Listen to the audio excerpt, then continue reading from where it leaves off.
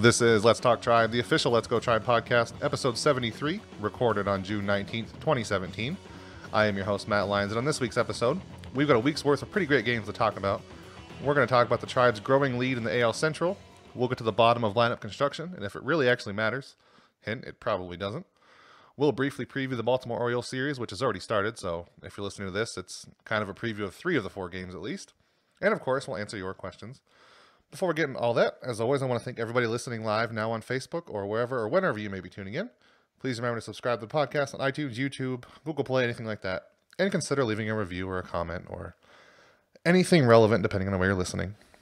Joining me for all that and more, as always, is Mr. Jason Lukehart. Jason, I regret to inform you, I've been traded to the Cavs for Kevin Love and a protected first-round pick. The rumors have been out there, but it's finally happened. Oh, the Cavs need a big who can play some defense, so it seems like a smart move.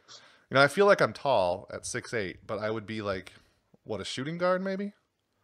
I could be like a tall shooting guard or a small forward. Small forward. Which seems crazy. And I know because one person I work with is a Yankees fan. She uses me as a measuring stick for Aaron Judge.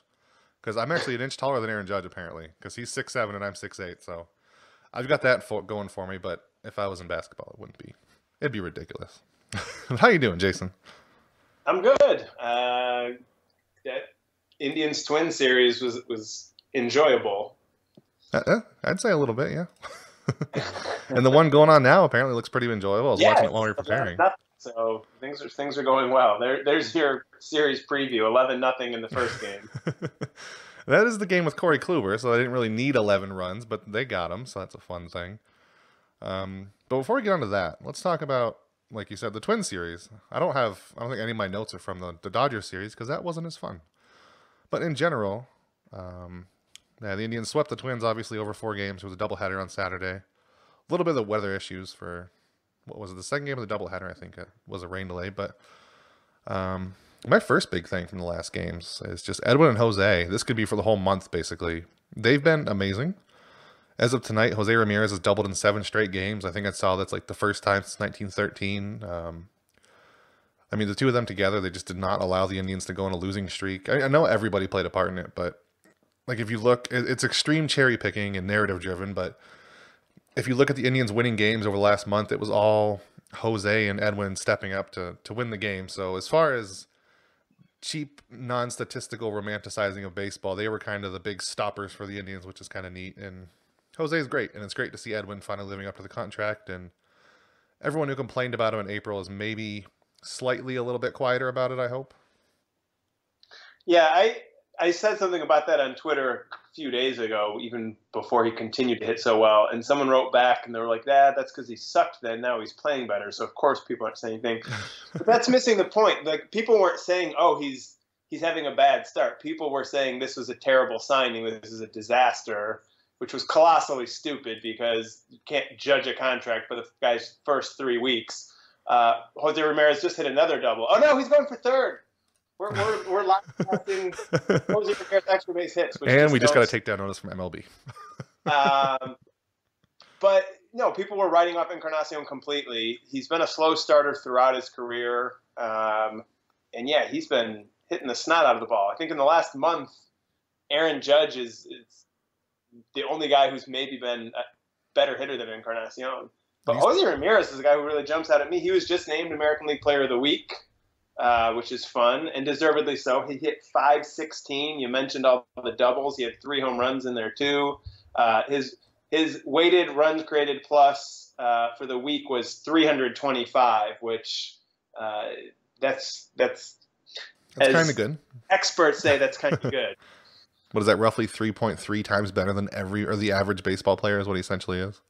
Yeah. And like for context, in Mike Trout's best season, I think he had like almost 200, was like 195 or maybe a little over 200, but yeah, no, I mean, like, of course it's over a week, but whole season 150 is fantastic. Yeah, and, yeah, it was the Lukehart jinx. I've argued should be called the Lukehart effect. People say it's a jinx because I used to write about something going and immediately the bottom would drop out. But I would also write about things going poorly, and then suddenly they would turn around. Yan Gomes' best baseball last year came in the immediate aftermath of the 2 times I wrote about how terrible Yan Gomes was playing. And I tend to be pretty level-headed about stuff. I don't get real down on players or the team. I was so frustrated during, I guess, the second game of the Dodgers series. And all I tweeted was, the Indians suck. And about to be 6 straight wins later, again, the Luke Hart, it's an effect, not a jinx. And I think I deserve a pretty significant amount of credit. The Indians suck tweet, clearly the impetus for this 6-game winning streak. I think all the credit would be appropriate. I don't know if I just go some. I'm going to go all. It was clearly that tweet. I'll win a little. And then, me. Something, my fault when the Indians lose their next 6 games in a row. So easy come, easy go. No, that's not your fault. It's only their fault when they're good, Jason. That's not how taking credit works. You only take credit for the good things. You never mention the bad, ever. So what else did you notice from, other than the fact that the Indians sucked for the first half of the week? What else stuck out to you? That was my main observation for the first couple of games. That Twins series, the Indians are better than the Twins. They should have won that series, but you can never expect to sweep a 4-game series. And if things had gone a different way, if the Twins had swept that series, the Indians would have been 6 games back, and it would have been, I think, time to legitimately discuss, that's a pretty big hole. But instead, we don't have to worry about that. 2-game lead, about to be 2.5-game lead. I know one of the things we're going to get into later, but I'm just going to jump the gun and bring it up now, and you can give credit where credit is due if you weren't the one who came up with this. But will the Indians fall out of first place again this year? I don't know. I heard that for the record. I didn't think of that question. I heard it on MLB Network Radio. I know you don't know. I can see the future. No, I heard him mention that on the radio, and then I never heard what they actually said. So I thought I'd do it for us without listening to what they said. And I'm not sure. I'd always take the field on this kind of thing. I say maybe they'll dip 1 game behind. But, they're only 2 games ahead of the Twins, and the Twins are going to be terrible. They're the only team in the AL Central with a plus run differential. And, it is the closest division, technically, because the White Sox are last and 5.5 game behind. But that's not going to last. They're going to fall back further than that. So I think there's a chance they never do. Well, they play the Twins again, and so the Twins could, I guess, return the favor, sweep them, and take over first place again. But if the Indians get through the next week without falling out of first place, I feel like they've got a pretty decent shot at just running the table the rest of the way. Last week, I said the Tigers were my biggest concern in the division, and you said it was still the Twins. The Twins are in second place. The White Sox in last place actually have the second best run differential. Are the Twins still if you had to pick a team if the Indians were going to lose, do you still think it would be the Twins? Yeah, if they do. I don't think they will. But if they do, I think it's going to be the Twins. And it would have to be because the Indians just totally collapsed. I don't think it's going to be Twins are going to be great. I think last week he said it would be like a division winner having 85 wins or something like that. Yeah, I have a hard time picturing anyone but the Indians in the division winning more than 84 games or so. So right. We'll see. They've got, this series in Baltimore, then they play the Twins. Then somewhere in that following 2 weeks, they have 7 games against the Tigers. So if by the end of that stretch, 2 weeks from now, if the Indians have taken the series this weekend against Minnesota and win more than they lose against Detroit, I think they'll, at that point, I don't know, will be maybe a week into July or something. And if at that point the Indians have a 5-game lead, I'll be pretty confident.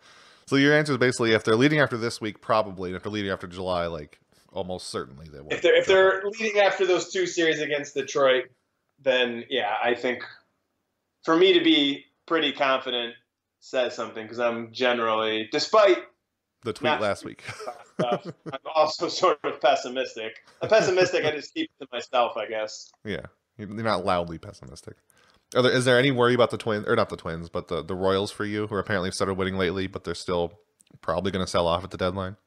Yeah, again, my natural pessimism means that I'm willing to be a little concerned about anyone. Those But to White me, Sox, the man, they're coming out Tigers of are nowhere. still the biggest threat. Because I think the Tigers are if someone's going to add anything between now and the end of the season, I think it would be the Tigers. I'm not especially concerned about them, but if they're close at the deadline, I could see them, given that a lot of their guys are likely on the downward slope of their career and Illich died, maybe trying to do one sort of last win it for him kind of situation. The only thing I want the Royals to do is be just good enough where they think they're going to compete so they don't trade everything at the deadline and then just collapse. That's my dream scenario. Yeah. No, I mean, I'm like Twitter friends with a couple Royals fans, and they're all like, I either want them to win the next 10 or lose the next 10. Like, I don't want there to be any like, I don't know which way it's going to go. Well, even if you win the next 10, you can still easily lose the division. So I hope they win the next 10, personally, because I don't think they're going to be good enough all year long. So I want them to win. I'm rooting for the Twins until exactly August 1st. Or not the Twins, but the Royals until August 1st, and then everybody else. Which I don't think is a bad bet. Right. And the thing with the Indians playing the Twins, like over the weekend, what you said about if the Twins swept, it'd be a complete opposite story. Most of the time when I sort of try to think about opinions, I think about like that. Like if one or two little things went wrong, how much would it change what I thought? But the Indians won by so much in every game. And it's not like it was a ball that got by here and there and they could have easily been swept. It was domination like every game. And tonight, so maybe they are legitimately getting better. And it's the kind of thing where if they lost the team since they won, it's just, it's a team they should have beat, who cares? And then if they lost, it's, they're terrible because they didn't beat the Twins. So the fact that they blew them out, and they're supposed to blow them out, I guess, is a good thing. I do want to see them face more competitive teams, but I think you can still be excited about the fact that they swept a team over 4 games. And by that much, too. Yeah. Because if they all were really close games, I'd still be a little bit worried. American League is just weird, though. The Yankees, have lost 6 games in a row and are now tied with Boston for first place. Other than the Astros, the rest of the American League is separated by a whopping 8 games. The Oakland A's have the worst record. The Yankees, by like percentage points over the Red Sox, have the second best record. And the A's and Yankees are only 8 games apart. So it'll be interesting to see how things shake out for the next 6 weeks or so, leading up to the trade deadline, because there are 8 or 9 teams that could easily be on either side of the buyer or seller question. Yeah, I'm just really thankful that the Indians in the AL Central right now. Because, the West, you'd have the Astros. And in the East, you have, like, every other team who might be good all of a sudden. So it's basically just the Indians in the Central, as we thought it would be. The only other thing I had for the past games, real quick, was the Cannons in the outfield. Bradley Zimmer, he threw one from center field yesterday. 101.5 miles per hour, which is the fastest StatCast has ever recorded. Which that throw was a bullet, and it was low, like to the ground, so it was basically a pitch. It was like those training ones that you see driveline guys do to prepare, the crow hop, where they run up and throw it, but still, 101 miles per hour on a throw. I don't care what you're doing. That is insane. And then between him, and I guess for now, Daniel Robertson in the outfield, he's had some really good throws, and of course, we know Lonnie Chisenhall can throw. Brantley maybe not quite as much, but the days of the Indians having all these weak arms in the outfield might be over for a little bit, at least, which is kind of neat. As long as Zimmer sticks around, I imagine he will. I don't know what kind of arm any of the other prospects in the outfield have, but at least for now, the Indians have some really good arms out there. And then Zimmer looks like he can hit so far and play defense, and Chisenhall can throw like crazy. Occasionally he can play defense. So the outfield's looking better and better every week. We've talked about it almost every week, but specifically the fact that they can all throw so hard is really neat to watch. Yeah, and I saw Brantley's on the DL. But I don't think it's seen as anything super concerning or anything like that. He was gone over the weekend anyway on paternity leave. Which, congratulations to him, by the way. I don't know if that's his first child or not, but I don't. Baseball players are really good at, which I can't blame him for not releasing all that stuff all the time, but I don't know if that's Brantley's first or not, but good for him. And I think it was his ankle, right? That's injured? It was. And he apparently, someone was like, how do you injure yourself on paternity leave? And A, I can think of a couple ways, but B, he apparently, the ankle was already sore, and they just decided it would be good to let him get some extra rest. And with him already having missed a few games and the DL only being 10 days, he can be back by probably a week from today. Yeah, and they can retro.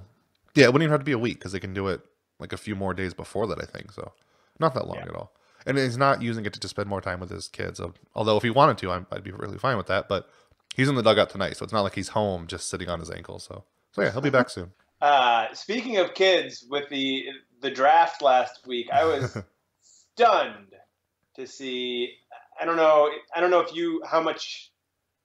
God, it was that many years ago. I don't know how much you were watching non-Indians baseball in the early 2000s, but I'm sure a lot of our listeners remember Dusty Baker's little kid son, Darren Baker, almost getting run over at home plate during the World Series between the Giants and Angels, and JT Snow grabbing him out of the way. Darren Baker just got drafted by the Washington Nationals, and I am not ready for a world where that little tiny kid is an MLB draftee. I'm incredibly old, apparently. Well, I think I saw he's going back to college, so at least he's not quite in the major or in the minors yet. We still have maybe another couple years. But yes, the fact that he's even drafted is crazy and makes me feel old. Yeah. Yeah, because Dusty was the manager on the Giants then, and Dusty's the manager on the Nationals now, so it's kind of neat. But yeah, and seeing all these birthdays in like the late 90s that are coming up, and there's not too many 2000s yet, are there? I'm sure there's probably like international ones. There have been international signees who were born in 2000. So I think potentially next year we'll get the first draft pick born in the year 2000. And yeah, that's too much. That's crazy. Okay, so when those young kids get up here, this is the greatest segue in the history of segues. They're going to be put up in a lineup. They're going to be put in a lineup. I guess basically it doesn't matter where they go. For the Indians situation now, there's been a kind of a big discussion around where the Indians have everybody just because they have so many good batters. They're just everywhere. Jose Ramirez is batting 6th most of the time. Edwin 5th. For a while, Tito had Carlos leading off, and he switched to Jason Kipnis for a spark, I guess. It kind of worked for a little while. Kipnis has been really good from the leadoff spot. But also Lindor and Bradley Zimmer took some hits in leadoff when Kipnis went down. And I don't know, does it matter to you at all? Because this is a thing a lot of people are talking about now. People get all upset about it, and I get upset when they're like Zimmer sit for platooning, which we've talked about a lot before. But I don't care if he's like hitting 9th, 3rd, 1st. Yeah, I mean, it's not a big deal. I guess to say it matters at all, it matters to me. Like if they trotted out a lineup and I don't know, Gomes was hitting leadoff and Encarnacion was batting that. Like there is a lineup that's like theoretically possible that I would think was really stupid, but within the range of what's a plausible lineup for Francona to put together, I don't think it really matters much. You could argue that Lindor and Kipnis at the top of the lineup is not great lineup construction just because right now they have the 2 lowest on-base percentages of anyone in tonight's lineup, at least. And, in theory, you should have higher on-base percentage guys at the top. But again, it's just, one, Lindor and Kipnis are both good offensive players. And two, I think over the course of a full season, whatever some supercomputer might generate, I think you're looking at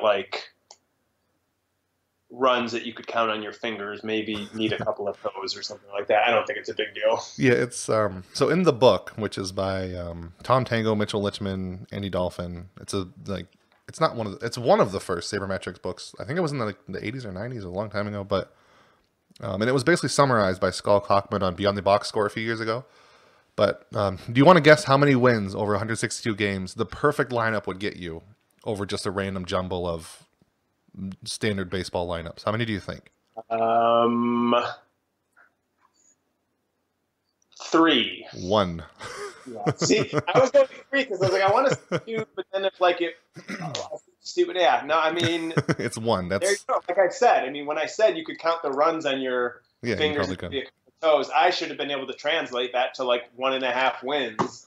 Yeah. So and that's an absolutely perfect lineup every single game compared to just what managers would normally trot out. So, yeah, I mean, you want your good hitters near the top, but that's just because you want them batting more, and your number one hitters usually going to bat one more time than your number 9 hitter. But beyond stuff like that, yeah, it's not. It just doesn't matter. The only thing I really care about the roster construction, like if Kipnis says I feel better hitting leadoff and nobody else objects to that, sure, just put him there. He's not that terrible a hitter. And you said we about talked about it before, like when you mentioned it last week actually, and at some point earlier when Kipnis first was hitting leadoff and was doing especially well, we talked about it, and that's exactly what we said then. Like, yeah. I think roster lineup construction matters in that the manager needs to be aware of how someone's ego might be affected by something and that sort of stuff. But again, it's managing personalities. It's not the actual statistical advantage you're going to get because these guys are your 3, 4, and 5 instead of your 3, 4, and 6. Yeah, and I'm not even trying to be a contrarian, but I really can't think of any lineup, no matter how horrible it would be, that would make me genuinely upset to see. Like if Yan Gomes is leading off and Encarnacion is hitting 9, like okay, like it's kind of weird, but I'd be okay with it. It's also partially because the Indians have so many good hitters. Michael Martinez is back with the Indians and batting leadoff, I'm going to remind you of what you just said. Okay, that one may be a tiny bit, but see, that's just upset because Martinez is in the lineup at all. That's the issue there. But anybody who could be in the lineup, I don't think I'd care where they go. Like Eric Gonzalez, put him first, whatever, I don't care. Yeah, but there's also, again, it's just because the Indians have so many good hitters. Like you could put them anywhere in most lineups, and they're going to be okay. Yeah, the Indians right now, obviously, I think somebody commented just a minute ago is 11-0. It's probably worse by now. But the Indians are playing the Royals tonight. It was Corey Kluber against Dylan Bundy. Didn't go so great for Bundy. Kluber looked amazing. There's already a couple gifs of the pitches he had. He had a fastball that had insane movement on it. There was one. It was something down inside. I guess it was a breaking ball, but somebody went to swing and tried to check it and couldn't. It was just ridiculous looking. Then Tuesday, Josh Tomlin against Chris Tillman. Wednesday, Carrasco, Kevin Gossman. Thursday, Clevenger, Wade Miley. They're all 7 p.m. starts. So nothing really unique stands out there, I guess, except maybe that Clevenger is starting Thursday, and he's kind of just kept doing what he needs to stick around, but not really. Okay, he's been good for handfuls of start, but he always has the 1 or 2 that ends up getting him options. So, what do you think of these matchups coming up here? Do you think this could be Clevenger's?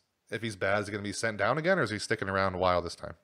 I've been wrong about what would happen with Clevenger, like every time I've talked about it. So I guess I'll say I think he's going to stick around for a while. Yeah. I guess we didn't talk about it, but it happened the last week. Ryan Merritt's start. Do you think there's any chance of him sort of overtaking Clevenger? I don't think he pitched well enough in his one start to have jumped ahead of him. Going into the season, I thought Merritt would be ahead of Clevenger and was wrong about that. But Merritt pitched well enough. But I have to think Clevenger was ahead of him going into the weekend. Clevenger's still ahead of him. Yeah, so anything else about the Orioles? Apparently after tonight, their offense might not be great and their pitching might not be good either. They did just get pummeled by the Yankees, so it's happened. Is it going to happen again? Like, do you think the Indians can have another sweep and start a big streak, or is somebody going to win here? I guess Tillman maybe isn't in the Indians' favor, but even that's pretty close. And Clevenger, Wade Miley, that might be in the Indians' favor. And Carrasco, Kevin Gossman, I think that's heavily in the Indians' favor. So yeah, I mean, I would almost literally never predict a 4-game sweep. So I anticipate they'll lose a game in there and won't be surprised if they lose more than 1 game in there. But same as against the Twins. The Indians are better than the Orioles. So in theory, they should be beating them. The Orioles have a good offense, but don't have good pitching. They have the 2nd worst run differential in the American League right now. They have a 500 record for another 2 innings until they fall a game below, but they're not a good team. Just because you said that, they're going to mount like a 13-inning 9th inning now, or 13-run 9th inning, just because you said that, Jason. Yes, I've mentioned multiple times. I've already talked about tonight as a win. So if the Orioles come back, that would be the Lucard effect. So we're going to move on to social media questions. Everybody on Mondays, we already asked Facebook, Twitter. You can even email us if you want, SBN, letsgotribe@gmail.com. Just anything you want to know. It'd be nice if it was geared about baseball. Just not about prospects. Those are on Thursday. But every Monday, anything you want to know about baseball, mainly the Indians, but anything in general we're good with, I think. Our first one comes from Jacob Keefe on Facebook. I really like this one just because it's different. He wants to know, is it appropriate to throw your hat on the field as a visiting fan and your favorite team's player hits 3 home runs? Or is it a bad idea? Almost experienced such a situation with EE yesterday. So this is kind of an interesting thing. I mean, hockey, obviously, you throw your hats on for hat tricks. The baseball doesn't really have anything remotely like this, like where everybody does one collective celebration. I think the closest is sort of in Wrigley Field where you can throw the ball back if it's a home run or something like that. But do you like the idea of baseball ever allowing something like that? Even if it's not throwing something on the field, just kind of one, I guess the closest is the wave, which is terrible, but any kind of unified celebration when something big happens. Baseball doesn't really have it. I think it's kind of cool that hockey does. Yeah, I don't know. I mean, I think like if there's something spontaneous, then that's fine. I mean, so many of like, I mean, there are things, but they're just, it's like stuff like the rally monkey. Yeah. And which I think maybe started like sort of randomly. Like I think someone goofing around put a monkey up with that, and then the Angels actually did come back and win, so it caught on. So like again, that had like a funny, spontaneous origin. But I think like going out of your way to try to create stuff a lot of times ends up being pretty lame. Throwing hats is already a hockey thing, and baseball hats are expensive. I'm not throwing a $25 fitted hat on the field just because a guy hit 3 home runs up. I can just high five people around enough. I like to imagine everybody throwing your hats and you're just like, no, I'm not doing it. I'll high five you, but I'm not throwing my hat. I'm keeping this thing. I definitely would not. I also would not throw back a home run ball. Yeah, and I was at Progressive Field and somebody threw it back and there was an usher like right in front of us. He very smugly, but he was correct. But he said, that guy's going to get kicked out. Watch him. He's going to get kicked out. You can't do that. Only in regular field. They're going to kick him out. And they did. And everybody booed. But I didn't know that before going to the game. You're throwing something on the field. They're not throwing the ball back at Wrigley Field either. There's like 50 people in the bleachers who bring a baseball with them, and then someone hits a home run, and then they just hand them the junk ball that they brought with them. They still keep the home run ball and just throw back a different ball half the time. There's a little Chicago insider information for you. My life is a lie. Everything I've known has come crumbling down.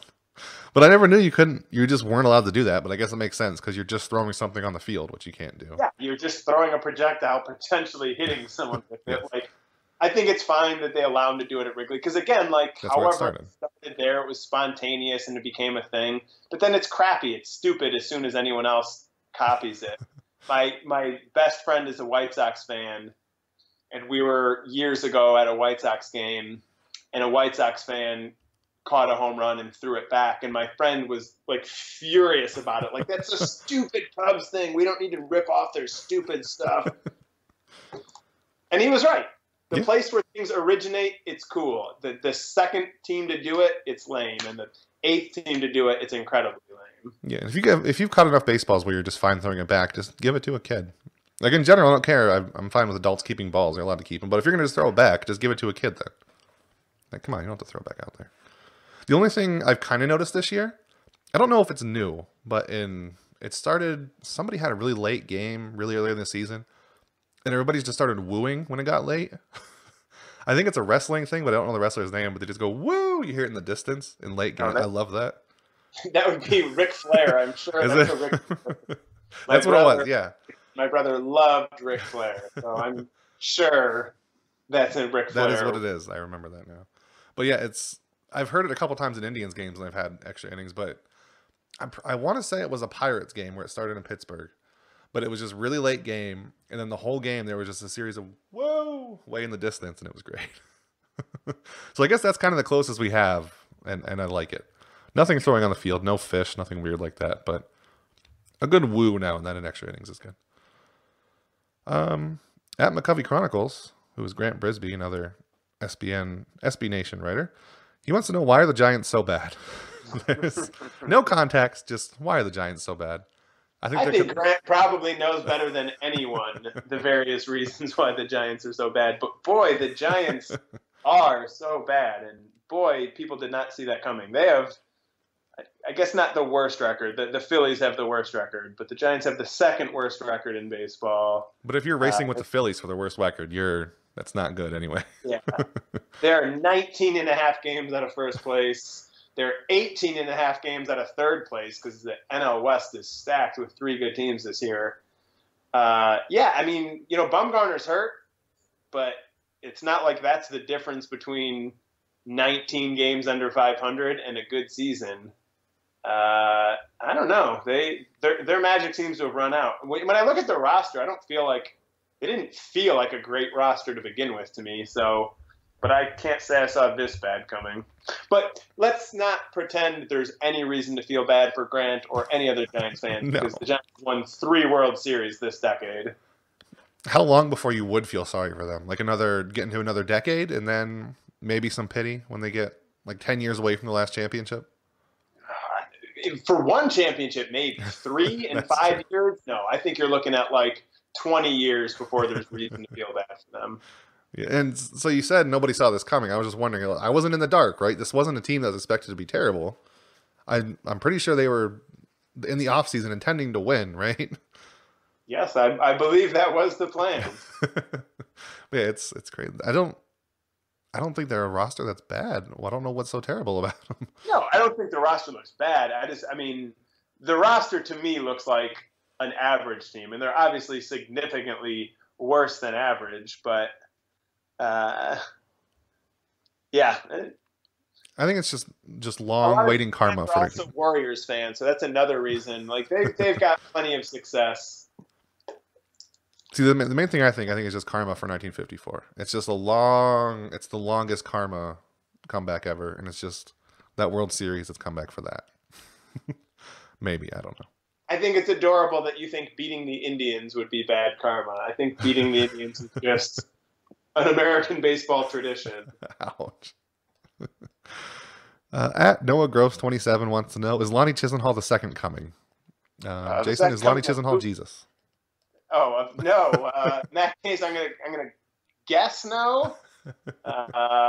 Always so pessimistic, Jason. Like second coming of Matt Lawton or something like that. Wow, we took a steep drop there. Hey, Matt Lawton had some good years. All right, there's nothing wrong with being Matt Lawton. He did have a higher WAR than Jesus, so.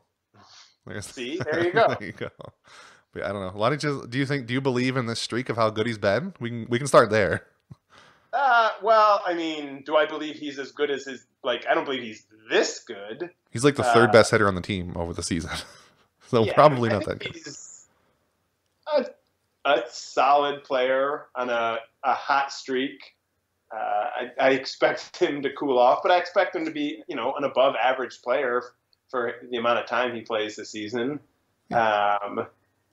I like seeing him get more playing time. It certainly makes sense to go with him while he's hitting this well. I don't know. He's another guy.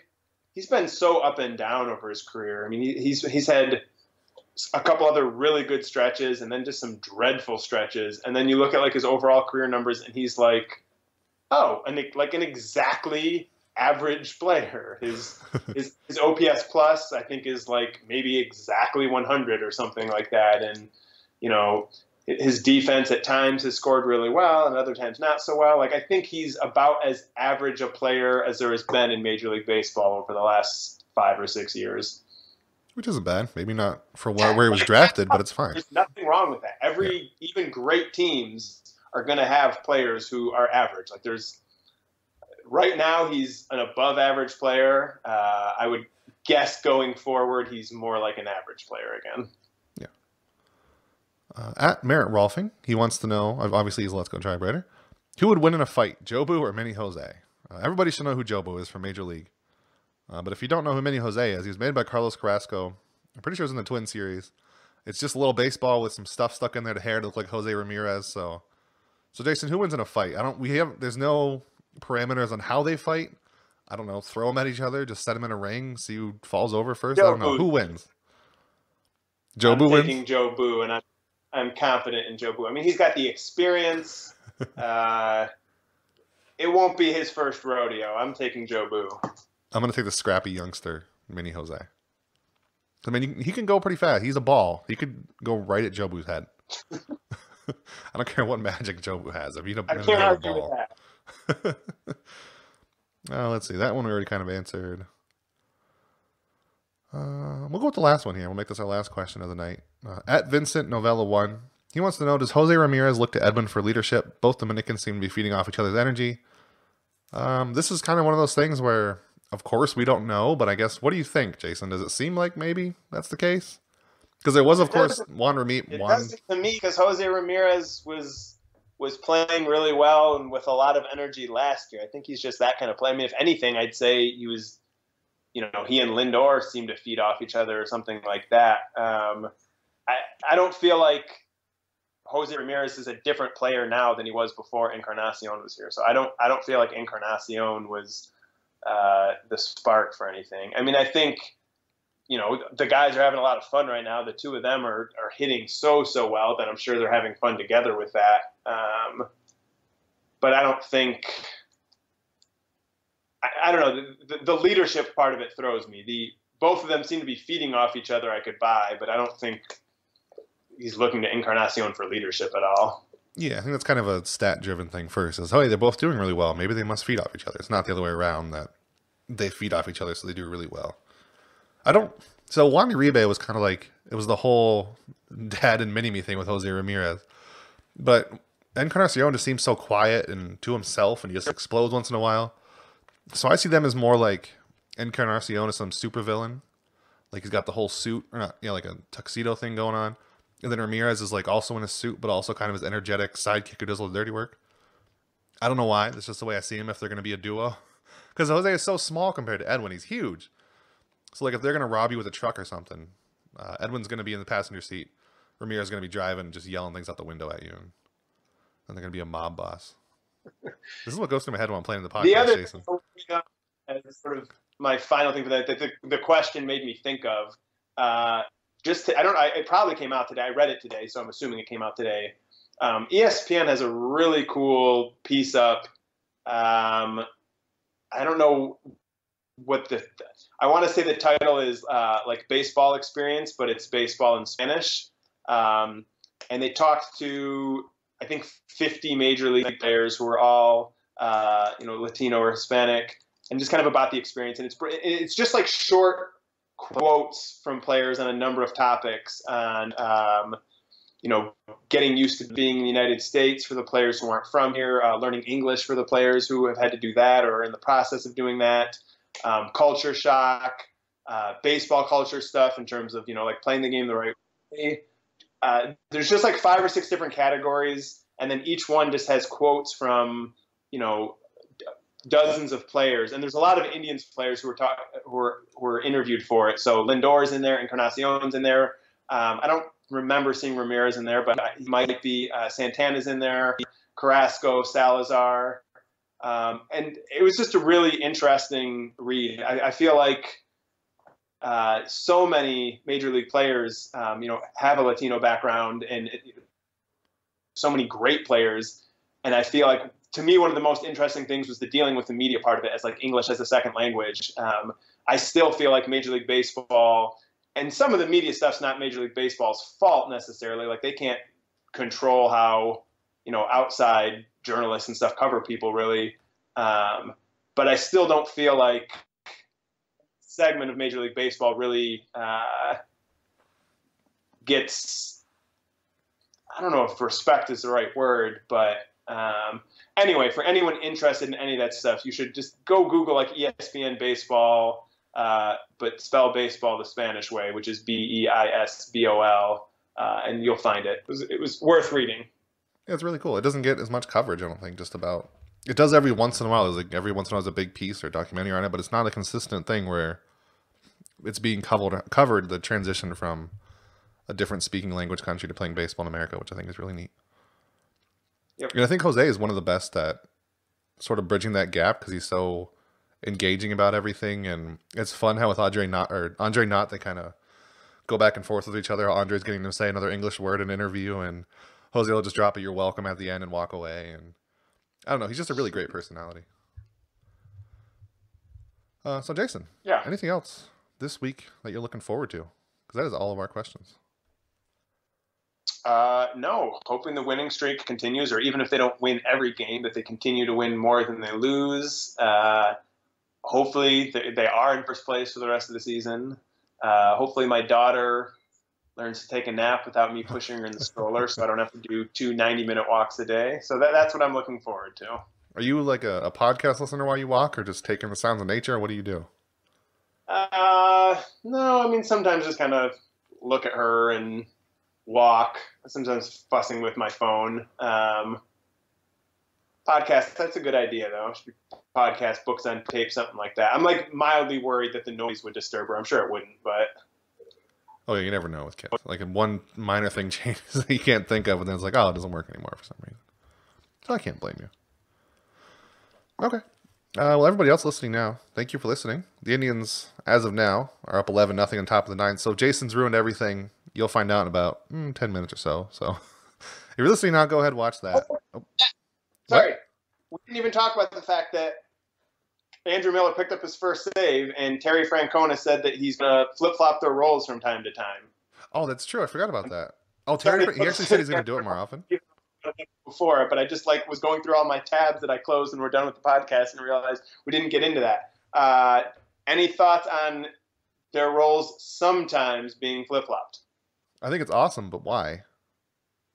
That's what I don't get. Is there any reason? In his role, Francona talked about feeling like he's overusing Miller, that even though he's still sort of in the postseason where it's like, oh, I can go to Miller for, more than an inning. And I think he feels like he's been doing that too much. And that by some games, thinking of Miller as the 9th inning guy would help him not burn Miller's arm, I guess. You just need someone to tell him to stop using Miller, basically. Yeah. Because you can just do that in the 7th. Just bring him in with 2 on and have him get a couple outs and don't bring him back out. But yeah, I'm fine with it.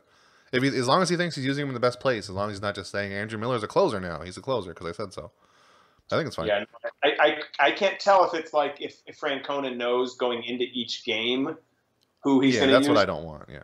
Or if he's just making it up as he goes along but is more willing to flip-flop the order. In any regard, they're both doing well. But it'll be something to kind of keep an eye on and see how they're used in the coming weeks. I don't know. Didn't Miller's ERA explode to over 1?